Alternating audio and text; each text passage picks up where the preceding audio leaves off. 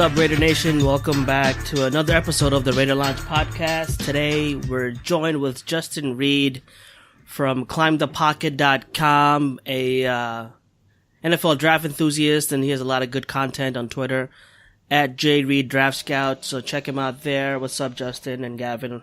How's it going? It's Jordan. Jordan. I'm so sorry, man. All good, man. Thank you guys for having me. Yeah, no problem, mate. I don't know why I thought it was Justin. I'm sorry. To be fair, I thought it was Justin at the beginning. That's why I had to ask him what his name is. Oh. All right. Jordan Reid. All right, man. Just tell us a little about yourself before you get into the draft. We're going to talk a little Raider football, so I'm excited, man. How long you been doing your own scouting? I know you have a big board out as well on climbingthepocket.com. Yeah, so it's an upstart website that I started with myself along with three other friends, climbingthepocket.com. It started off as more of a Viking-centric website, but now we've moved on to, just talking about football in general and all 32 teams in general. So whenever you guys or your loyal listeners get a chance, check out climbingthepocket.com. Yeah, absolutely. I know you guys have some podcasts up there as well, so that's cool. It's going to be a good year for you guys, Vikings. You guys got a quarterback finally, right? So, you guys excited? What's the Vikings fans talking about with Cousins? How do they feel about it? We're really excited. We're just happy to have some continuity at the position. That's something we haven't really been used to since Brett Favre was there in 2009. So, we're excited to just get away from the QB circus and finally have an absolute answer at the position, and we're excited about Kirk Cousins and his future in Minnesota. Cool, man. Do you think you overpaid for him? Do you think you overpaid for him, or? I don't think we did because every year the tag, the highest paid quarterback in the NFL, comes with whoever is the latest paid quarterback. It came with Carr last offseason, so and his contract will probably look like a steal here in a couple of years, and I think that's the same situation that's going to happen with Kirk Cousins as well, especially with Matt Ryan and Aaron Rodgers expected to get paid here soon. Aaron Rodgers is going to break the bank. I have no doubt. If I'm him, I want $35 million at least. Yeah. But he's worth it though. Yeah, he's definitely worth it, man. He needs some more tools though on his offense to really get going again though. Yeah. Yeah. Hey man, draft is almost here. I've been waiting for a long time for the draft, but it's almost time. Who are your, I would say that, the big networks, ESPN, NFL Network, I know they have some guys, but who are the guys that should go higher that they're not talking about? Anything comes to your mind? As far as prospects? Yeah, just overall. Some guys. A guy that I really like, he's getting some first-round buzz, probably during the latter half of it, is Jordan Reid, the safety from Stanford. He's a guy that I really like. He's starting to catch some steam here lately. That's why I called you Jordan Reid, because I was thinking about him. I figured that's what it was. Yeah. It's all good, man. I know you guys got a lot on your mind. There's a lot of things going on. We're talking to the Jordan Reid. Sorry, go ahead. Oh, good. I wish I had his bank account here in a couple weeks. But anyway, Jordan Reid is definitely a guy I think that is worthy of a first-round pick, but I'm not sure if he'll go in that area. Another guy that I really like, an offensive lineman, is Frank Ragnow, the center from Arkansas. He's picked up some steam here lately as well. Probably won't end up going in the first round, but he's a guy that definitely could end up going high on day 2 in the second round. Right. Hey, as Raider fans, we're picking number 10, and we're split, right? Should we go BPA at who is the best player available? We're thinking could be Minkah Fitzpatrick, could be Derwin James, Roquan Smith, maybe even Vita Vea.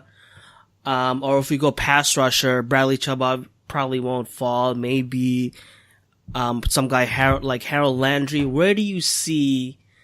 Who do you think the best fit would be in the defense? And the defense it's the same as the Mike Zimmer defense because Paul Guenther and Mike Zimmer work together and over there in Cincinnati. So in that Mike Guenther, Paul Zimmer defense, which of these guys do you think fits the best?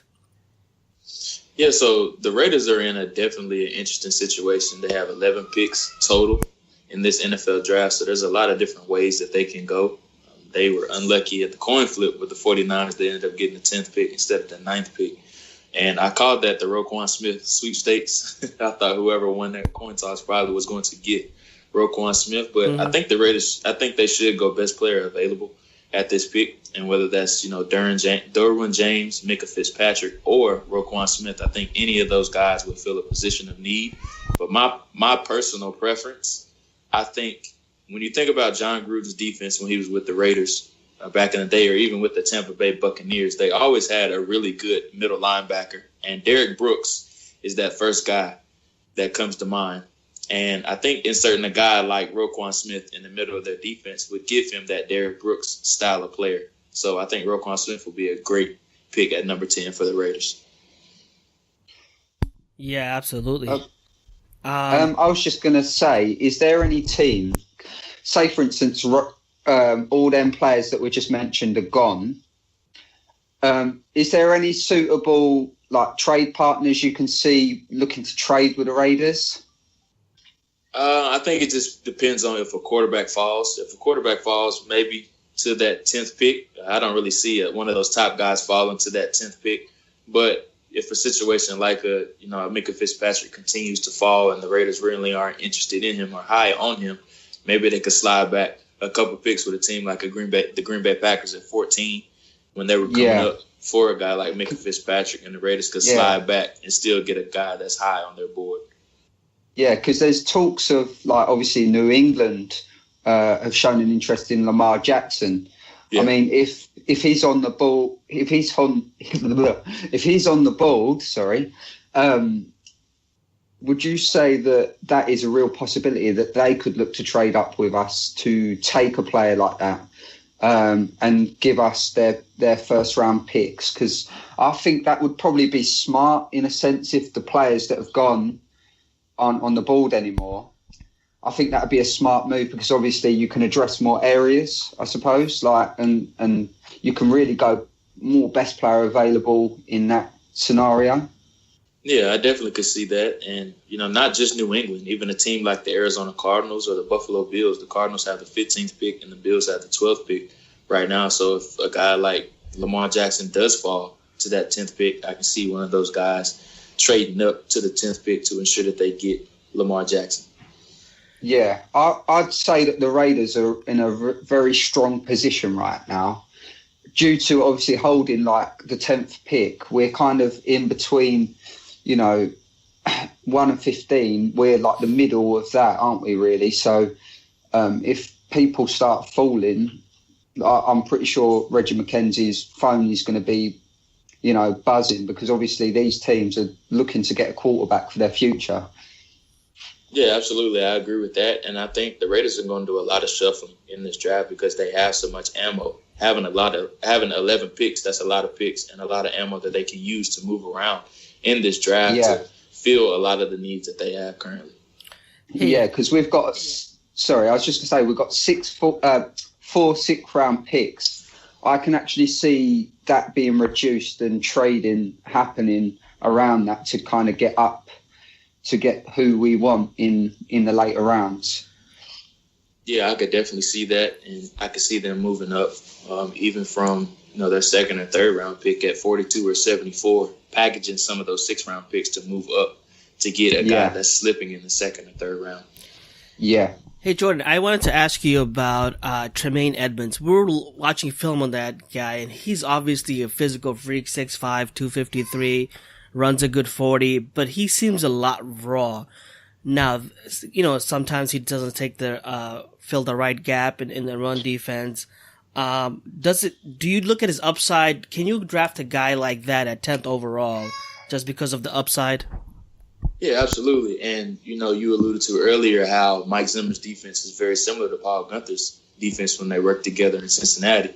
Mike Zimmer made that same exact pick with Anthony Barr in 2014, 8th overall. And we see how Barr has translated and really spearheading his defense now. So I think Tremaine Edmonds is that same exact mold as Barr was coming out, your raw upside field linebacker. And I think he's a guy you can plug and play in the middle of Paul Gunther's defense. Now, it's going to take him a little bit of time to grow because he is only 19 years old. But as you saw last season, each and every game he got better weekly. And that's something that a lot of people are betting on with him, with his upside. And what about Minkah Fitzpatrick? I'm looking at him, and I don't know if he can play. They're talking about playing him free safety or outside cornerback, but all he's done is play mostly, this last year plays slot cornerback. Do you think he can play outside cornerback? Is it fair to say that he can be a very good outside corner in the NFL? Now, is he capable of playing it? I think absolutely he is capable of playing it, but it's not a place where I would want to play him because he doesn't have a lot of reps invested at that position, and that's not where he seems to be most comfortable. And if you move him to outside corner, you're taking some of his assets and his value away from him. He's long. He's known as a great blitzer off of the edge or from the slot, and he's not able to do that consistently from corner like he would be from safety. He's really good in coverage. He does struggle a little bit finding the ball in the air and man coverage from time to time. Right. But that can be fixable with proper coaching. But I think he's a plug-and-play guy at strong safety or at slot corner, nickel corner. I don't think it would be in his best interest for a team to play him at outside corner.